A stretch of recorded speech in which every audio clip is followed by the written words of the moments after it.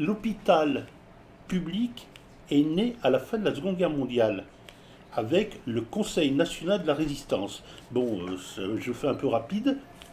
Cette période-là, les gens avaient souffert considérablement et ont redécouvert le principe de solidarité. Son principe a été un petit peu abandonné depuis une quarantaine d'années au nom d'idées libérales. J'ai été assez choqué d'entendre sans arrêt parler des administrations, qui sera un problème.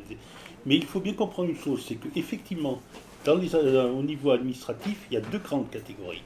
Il y a les administratifs de base, qui eux sont importants, effectivement, notamment, bon, archivistes, mais je pense aussi à un truc qui est assez significatif, c'est qu'à l'entrée de l'hôpital Cochin, suite aux suppressions de personnel, il y a l'accueil qui est où il n'y a personne pendant une bonne partie de la journée, et de plus en plus.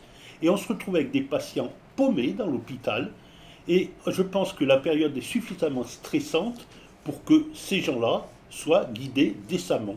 Ça fait partie d'une politique indécente vis-à-vis de la population. On en vient à se demander combien il faudra de morts pour que les gens reprennent conscience de la nécessité de cette solidarité. Que les gens, en fait, on a besoin de l'hôpital public. Et même cet hôpital public est grignoté.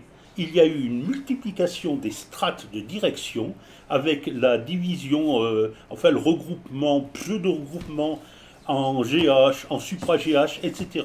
À chaque fois, on n'a pas supprimé des doublons comme dans le privé, tout au contraire. Résultat, on se retrouve avec des strates de directeurs. Finalement, on ne sait pas qui est responsable. Je veux dire, si par exemple il y a un accident, qui est responsable? La personne au pied du malade, son cadre, le directeur du GH, le chef de service, le directeur du supra-GH. On se retrouve avec un micmac qui, je pense, est organisé pour permettre effectivement la déresponsabilisation de beaucoup de gens.